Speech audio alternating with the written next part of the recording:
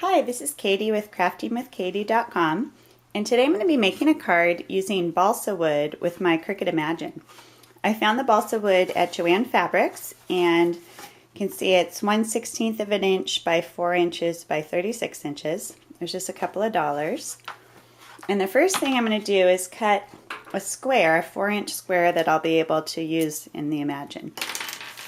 So I'm just going to line this up on my mat here. See where the 4-inch is, about right here. And then I'm just using, I think it's an X-Acto knife. I'm not sure what this is, to be honest. And as you can see, I'm not really, this is not working out too well from this angle, but that's okay. It doesn't have to be straight. It's close enough. Okay, and it just snaps off. So it's a very soft wood. So I got this idea from Dawn McVeigh. Her blog is called Raspberry Sweet. She's one of the paper tray ink designers. And she was using it to stamp, and then she was, originally before she stamped, she ran it through the Cuttlebug with a paper tray ink die. And that's what I'm going to do too, but I'm going to first run it through the Imagine and get a print on here. I'm not sure at this point if I could actually cut it with the Imagine, and to be honest, I'm a little afraid to try it. So if any of you have tried it, let me know.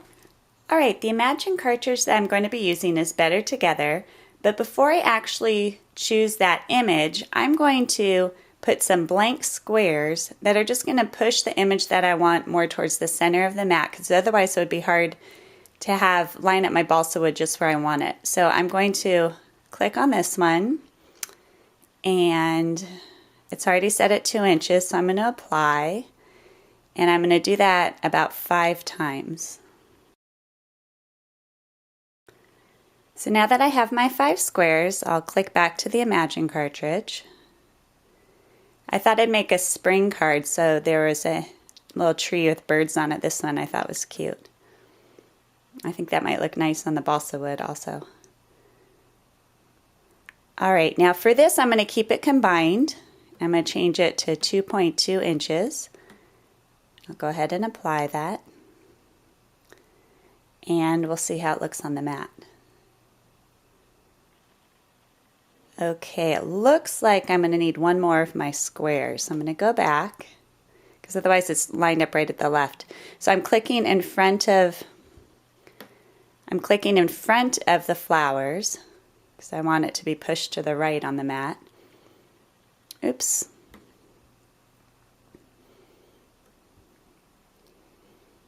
There we go.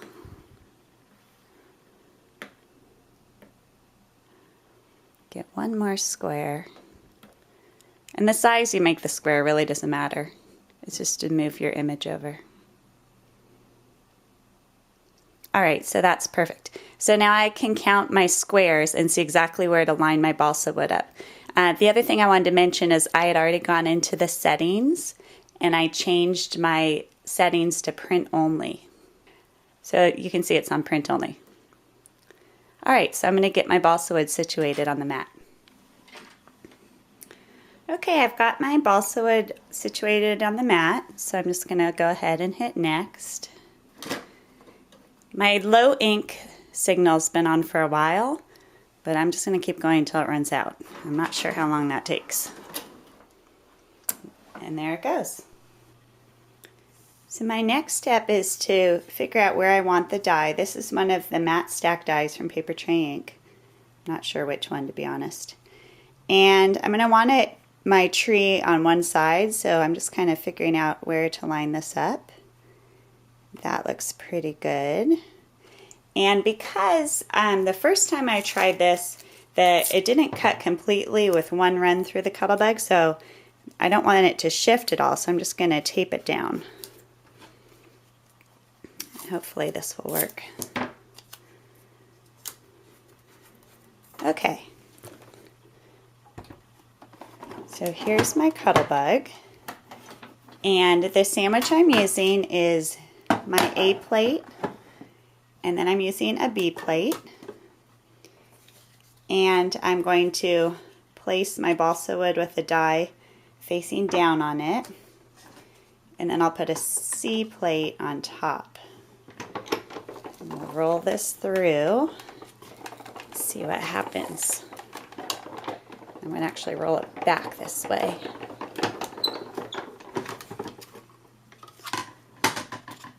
Oh, and it's popping out. It didn't go all the way through over here, so I'm just going to try turning it. See if that makes a difference.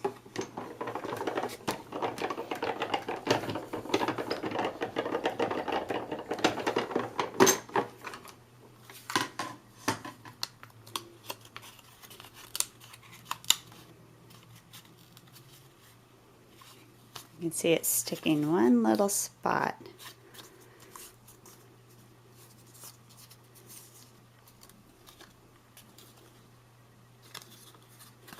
So I'm just going to pull it a little bit. So a little piece from the back sticking out, but I can trim that with scissors. Same with here. But as you can see, it's very cute with a tree on it. So I'm just going to use my scissors and trim off this little bit of extra. Kind of just peel it with your fingers. It's really soft.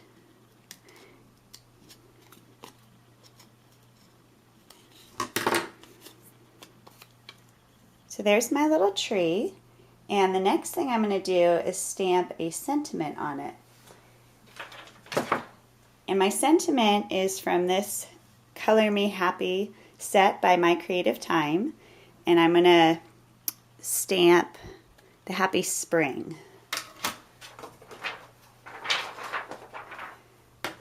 So I've got some paper tray ink, dark chocolate ink. Just ink that up.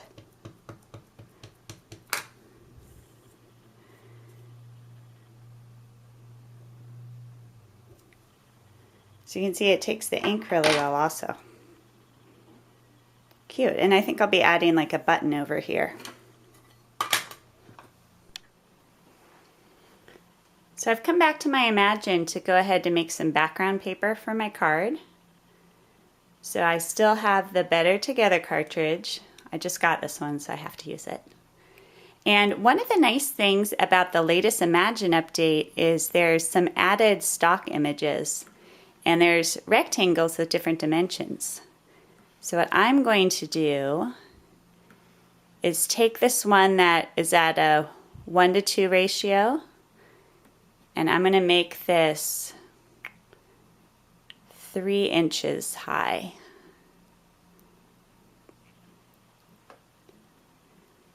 So that should be 3 by 6 then. And I was going to use this pink pattern. And then I'm going to do it again with a different pattern.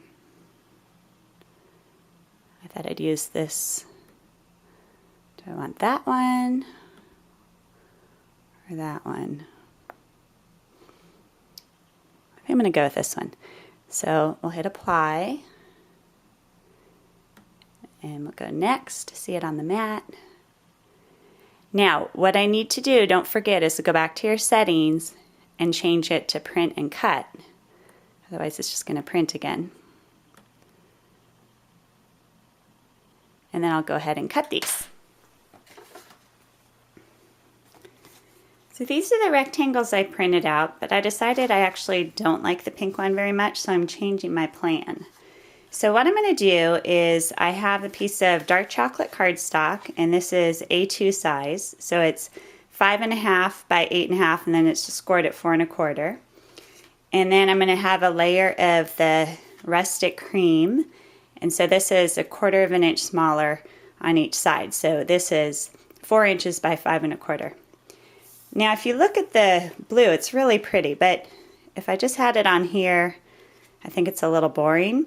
So I'm going to actually cut strips. I actually printed a second one of the blue, and I'm going to cut these into strips and do something I've done before on an Imagine card, is put the strips on a diagonal on the dark chocolate cardstock.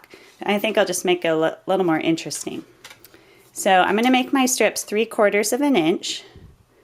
So I'm going to go to, it's 3 inches right now, so I'll go to 2 1/4.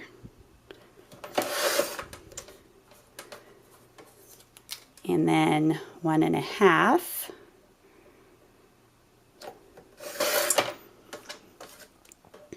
And then 3/4, which with this paper cutter is a little bit tricky.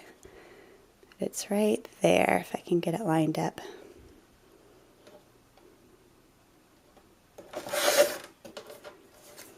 Just push it through. Okay, and I'll do the same with this one. So what I'm going to do is just put a little bit of ATG tape for this first one because it's going to be in a corner. I'll put that right there.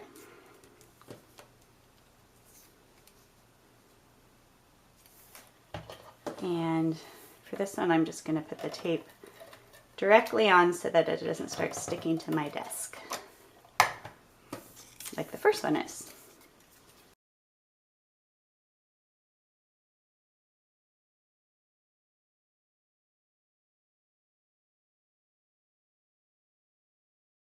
Okay, so I have all of my strips on here, so I'm going to now just flip it over and use my X-Acto knife to go around the edges. So now that I have my mat out, I can go ahead and start cutting these.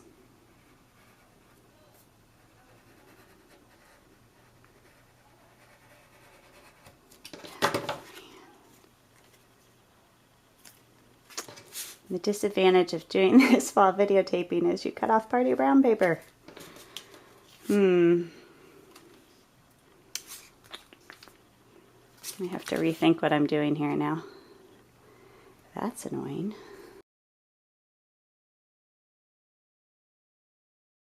Okay. I advise you not to do this on camera because you will totally butcher it. But that's okay. I'm going to just try to even it out with my paper cutter, and it'll just be a little smaller than what I would usually do.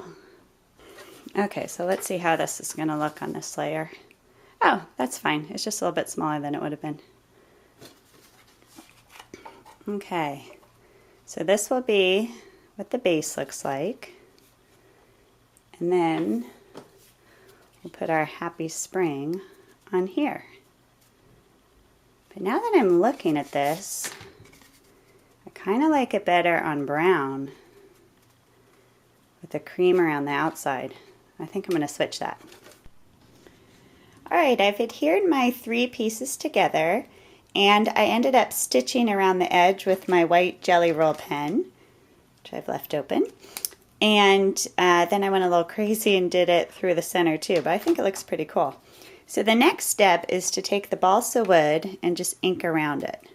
So I'm just using my Color Box Cat's Eye chalk ink. And you can see how soft this balsa wood, how it just kind of bends in your hand.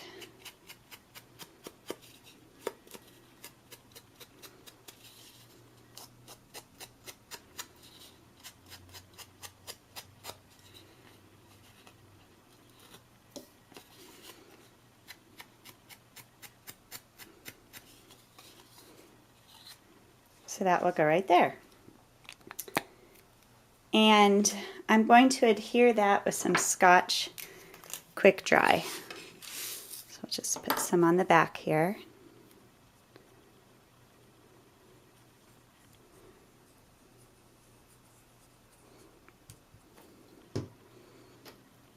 Okay.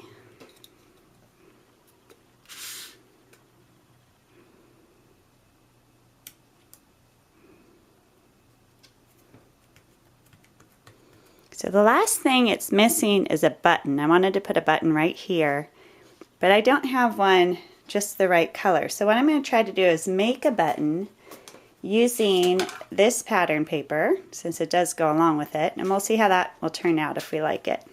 So let me zoom out a little bit. Okay, to do this, I have my Cuttlebug, and I have some button dies from Paper Tray Ink. So we'll go back to our original Cuttlebug sandwich, same as before. I'll put the paper here and the die on top. Just roll it through.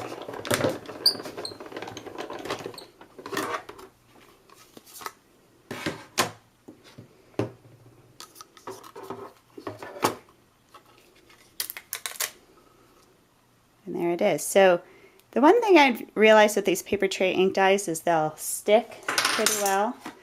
But what you can do, I've just been leaving it here, is get a little glue dot and use it to pull it out. See? And it comes right out. So let's see if this is actually the size we're going to want.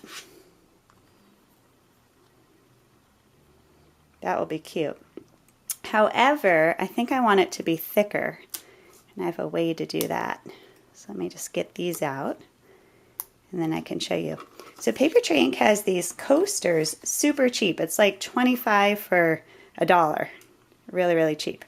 So what they were suggesting is to use them to make your cuts a little thicker. So I'm going to try that. I haven't used these before. So we'll see how it works, because I should try to conserve them, even though I did buy a lot of them. But I thought I could do something at school with them too.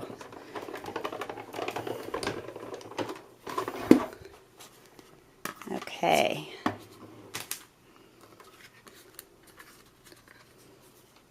Did not go through. So I'm going to put this right back where it was. And let's see. Looking for some, actually I can just use this as scratch paper. I'm going to use this as a shim, make it a little bit thicker. Put that there. This should be a tight fit, so hopefully this will work.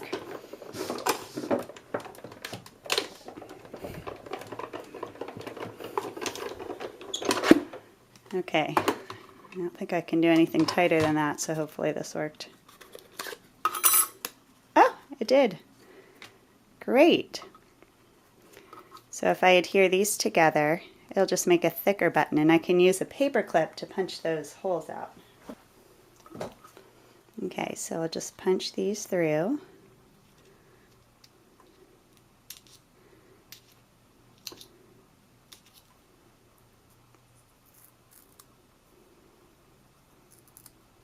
It's a little bit more difficult with the coaster ones, but that's okay. I got it.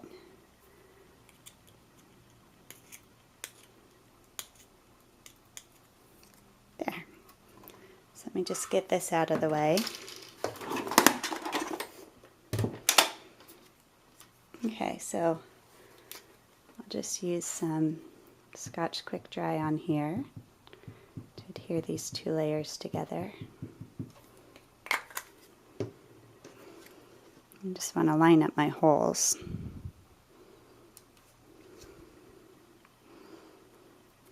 There. That'll be cute. And then just to make it stand out a little more, I'll just ink it up too.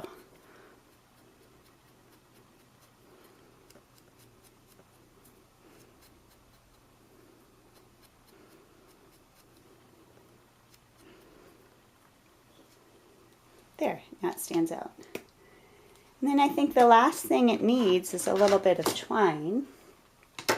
So this is Paper Tray Ink's Rustic Jute Button Twine. So I'm just going to push it through here.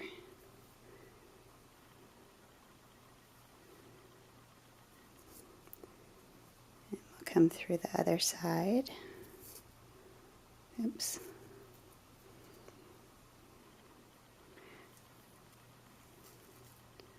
I wonder if these coasters would cut with a Cricut. Two things people can try. Things that I'm afraid to try, but if you want to try with the balsa wood and the coasters, let me know how it works. I'm just scared of breaking my Cricut. I had some technical difficulties tying my bow, so I actually started over and I decided to use the rustic cream button twine instead of the jute, just because I thought it would match my cardstock better. But here it is, the finished product, so you can see it's really easy to use the balsa wood, and I thought it turned out pretty cute. Thanks for watching. Bye.